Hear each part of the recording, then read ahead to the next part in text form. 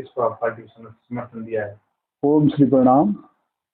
आज हमारी मूल ओबीसी जैसलमेर जिले की यहाँ पे एकत्रित हुई थी वोटों के संबंध में। भारती जी उनकी इच्छा के अनुरूप, उनकी रिक्वेस्ट के अनुरूप 18 महीने से वो हमारे से जुड़े हुए थे।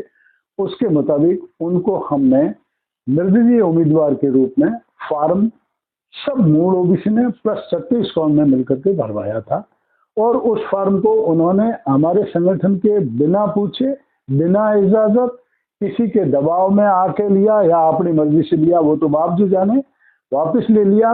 और हमारे मूल ओबीसी का जो समर्थन था वो बाप जी ने गलत तरीके से आगे कोट कर लिया कि छोटू सिंह के फेवर में मैं मेरा फॉर्म वापस ले रहा हूं और मूल ओबीसी का समर्थन छोटू सिंह जी को है। मैं इस चीज का खंडन करता हूं अध्यक्ष होने के नाते कि बाप जी ने ये गलत कहा है। बाप जी को हमने समर्थन जरूर दिया था, पर बाप जी ने आगे समर्थन क्यों दिया, हमने तो उनको ऑथराइज किया नहीं था। बाप जी जिस तरीके से वीडियो वगैरह जारी कर रहे हैं समर्थन की मूल ओबीसी की तरफ से, वो बिल्कुल गलत है। हम बाप जी के साथ में नहीं है, वो बाप जी की निजी राय है। पिछले 8 वर्ष से हमारी मेहनत हमारी मूल ओबीसी को एकत्रित होने की थी।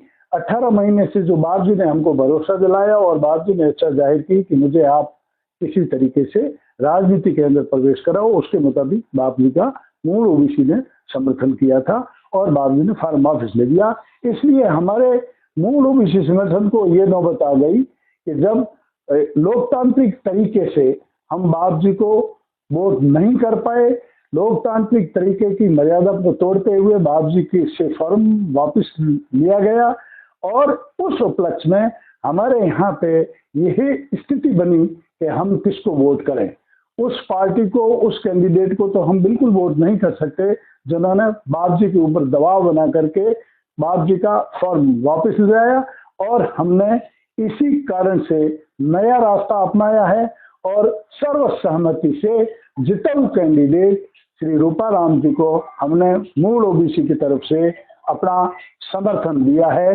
आगे सबकी इच्छा से, सबकी विचारधारा से ये समर्थन दिया गया है रूपाराम जी को और बाप जी को।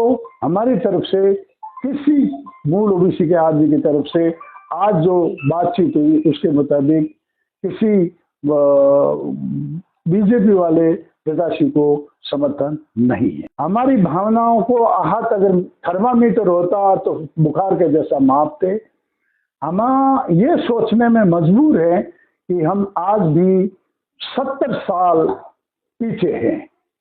हम अपने आप को गुलामों के गुलाम समझते थे, गुलाम तो आजाद हो गए, पर इस एपिसोड के बाद में हम ये 100% महसूस करते हैं कि आज भी हमको लोग गुलाम रखना चाहते हैं और वो हमको किसी रूप में ऊपर उठते नहीं देखना चाहते। हमारा ये दायित्व बन जाता है कि हमें जो अपना पथ आगे प्रशस्त करने के लिए मदद करे उस प्रत्याशी को हम समर्थन देंगे, वोट करेंगे और भारी मतों से जिताएंगे, क्योंकि हमारी भावनाएं भारतीय जनता पार्टी के प्रत्याशी और उनके सहयोगियों ने बहुत ही आहत की है और इसीलिए हम कांग्रेस प्रत्याशी को जिता करके आगे भेजेंगे। कांग्रेस हमारे रास्ते में कभी भी रोड़ा नहीं बनी और उन्होंने कभी भी लोकतांत्रिक मर्यादा को नहीं तोड़ा।